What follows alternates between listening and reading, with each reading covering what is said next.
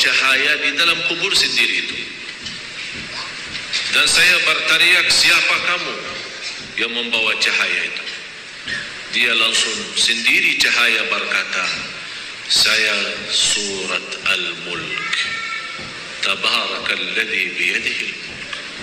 Bismillahirrahmanirrahim. Assalamualaikum warahmatullahi wabarakatuh. Alhamdulillahi rabbil alamin. Allahumma shalli ala sayyidina Muhammad wa ala ali sayyidina Muhammad. Sahabat yang beriman yang insyaallah dirahmati oleh Allah Subhanahu wa taala.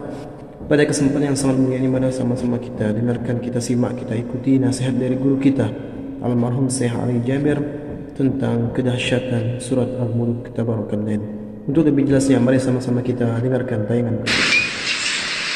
Saya semalam menerima kiriman SMS. Seorang ibu meninggal dunia. Biasa kalau kita mendengar berita ada orang meninggal dunia, karena kita semua akan menghadapi kematian. Tapi yang luar biasa, peristiwa yang terjadi saat dimakamkan. Anaknya menceritakan saat dimakamkan di antara kekuburan, begitu mendekati kuburan tempat ibunya, malah semua jamaah yang ada di saat itu sangat terasa harumannya kuburan itu. Harum sekali, keluar semacam wangi yang luar biasa, sampai orang pada pandangannya kepada yang lain, barangkali di antara jamaah yang membawa wangi-wangian yang bagus, tapi ternyata tidak, mengalir dari bawah keluar, sampai ada yang malah melihat asap-asapnya. Asap ini bukan asapnya kebakaran, tapi asapnya itu karena wangian dari masuk dari kuburan itu. Sampai dikuburkan, malah kata anaknya, begitu saya sendiri yang nurun memakamkan, mengkuburkan ibu saya, sampai saya dengan tanah saya sendiri membawakan tanahnya menutupi kuburannya. Pulang ke rumah saya mandi dan mencuci tangan dengan sabun, tapi masih terasa tangan saya harumnya luar biasa, sampai tidak bisa kehilangan. 3 malam masih tersimpan harumnya itu. Saya bertanya lewat SMS, apa kelebihan ibu kamu? Dia bilang, ibu saya biasa, malah orang awam, bukan wanita yang apa gitu, awam-awam biasa.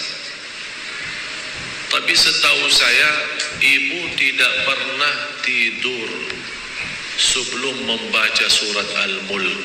Tabarakalladzi biyadihi al-mulk. Saya langsung menjawab, itulah yang Allah hantarkan kepada ibu kamu.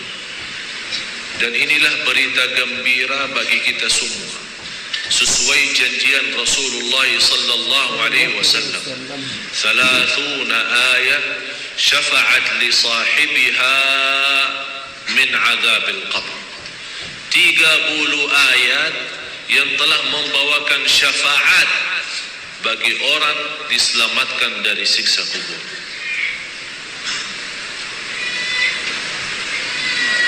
Dari situ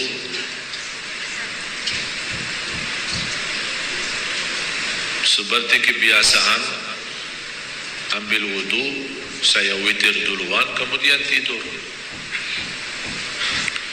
Apa yang saya lihat dalam mimpi?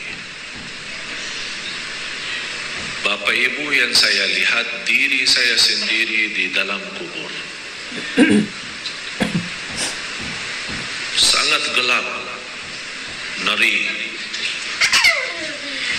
malah terasa seramnya luar biasa, sampai tidak bisa saya bayangkan di saat itu. Tapi tiba-tiba sampai saya di situ merasa ketakutan dan kesepian, muncul sebuah cahaya di dalam kubur sendiri itu. Dan saya berteriak, siapa kamu yang membawa cahaya itu? Dia langsung sendiri cahaya berkata, saya surat Al-Mulk. Tabarakalladzi biyadihi al-mulk. Saya sendiri di malam itu tidak sempat membaca. Saya bangun kaget.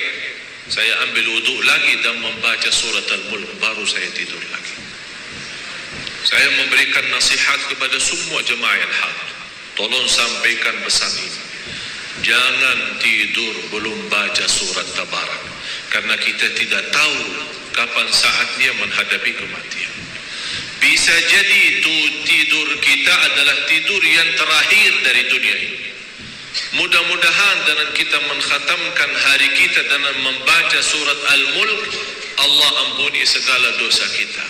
Dan Allah harumkan kuburan kita menjadi taman dari taman surga. Al-Mulk surah yang luar biasa dahsyat.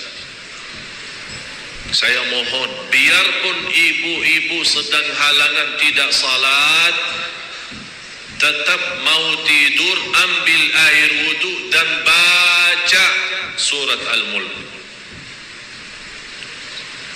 Baca surat Al-Mulk. Siapapun kiainya, siapapun ustaznya, siapapun dokter yang melarang kita sebagai wanita membaca karena lagi halangan, saya sekarang berkata, ibu-ibu sedang halangan, baca surat Al-Mulk. Karena saat kematian tidak akan bisa membedakan kita lagi suci atau lagi halangan, mati-mati. Dan Allah Maha tahu niat kita. Dan lebih baik saat kita membaca sedang halangan, jangan megang Al-Quran langsung, menyentuh Al-Quran langsung, sebagaimana saya jelaskan, bagi sarung tangan atau bagi HP kita. HP kita yang isinya Al-Quran, buka surat Al-Mulk di HP kita dan kita baca. Karena di situ Anda bukan megang Quran tapi megang HP. Begitulah kita rasakan. Kalau ya Allah, seandainya Engkau mencabut nyawa saya di malam ini, saya sedang halangan, tapi ya Allah, saya membaca surat Al-Mulk. Niatkan diselamatkan ya Allah dari siksa kubur. Dan harus kita yakini, kita di umur-umur kita di dunia kubur jauh lebih panjang daripada umur kita di dunia. Bisa malah ratusan tahun.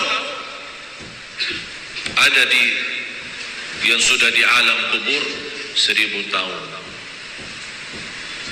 Ada yang lebih, kira-kira bisa terbayang 1000 tahun.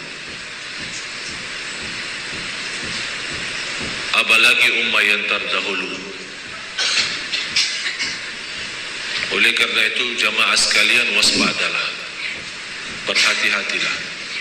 Marilah kita sama-sama menjaga kebaikan itu. Karena sungguh inna rahmatallahi qaribun minal muhsinin. Sungguh rahmat Allah sangat dekat bagi orang yang berbuat baik. Sangat jarak kita menuju ke akhirat sangat dekat, sangat dekat. Malah jauh lebih dekat daripada rencana kita besok. Jarak kita ke akhirat, jarak kita masuk kubur jauh lebih dekat daripada rencana kita besok.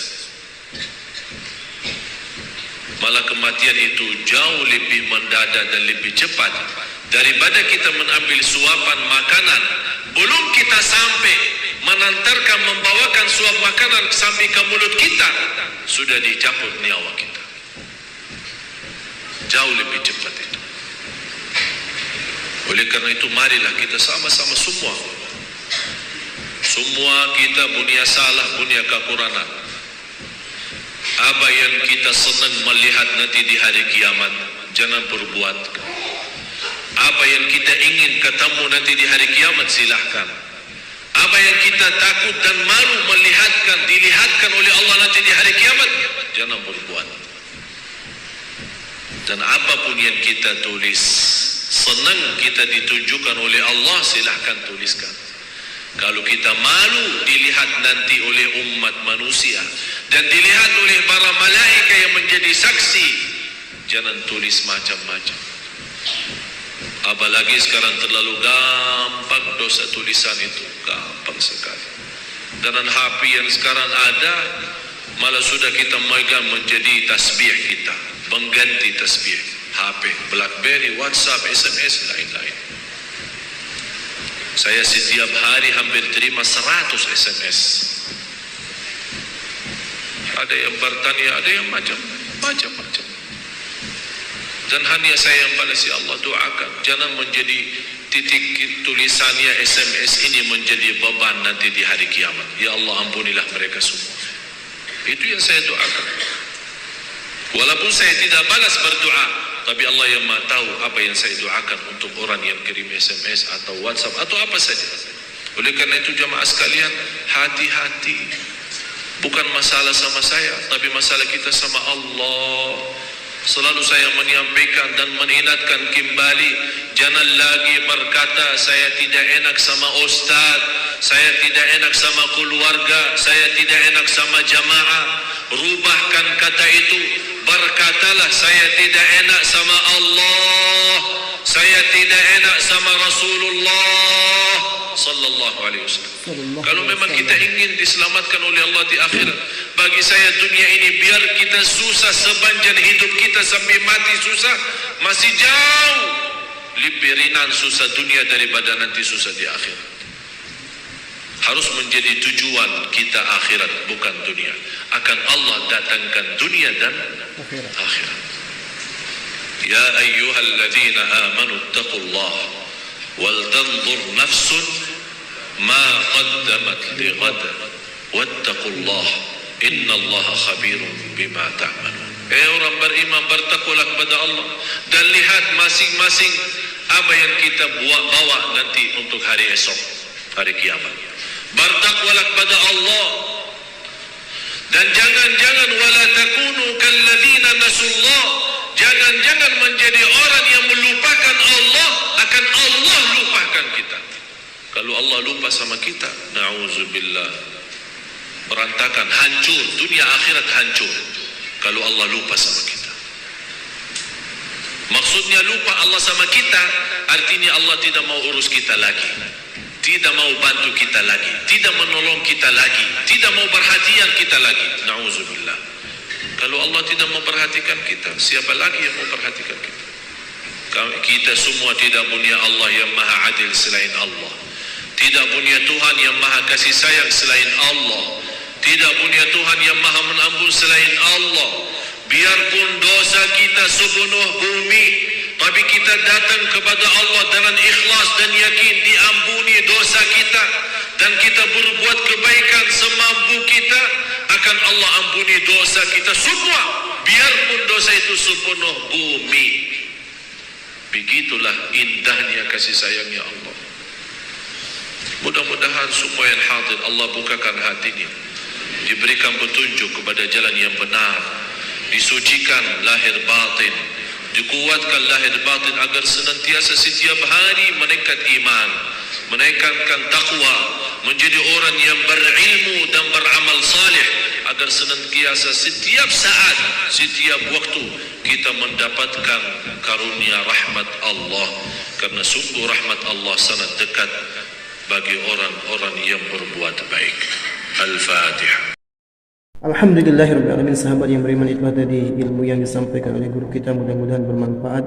Mudah-mudahan kita dapat istiqomah mengamalkan surah Al-Mulk setiap harinya. Jangan sampai kita tinggalkan surah Al-Mulk, karena sangat berguna, sangat penting, yang akan bisa menyelamatkan kita di kuburan. Mudah-mudahan kita semua diselamatkan dari siksa kubur. Amin amin ya rabbal alamin. Mungkin itu saja saya akhiri. Wassalamualaikum warahmatullahi wabarakatuh.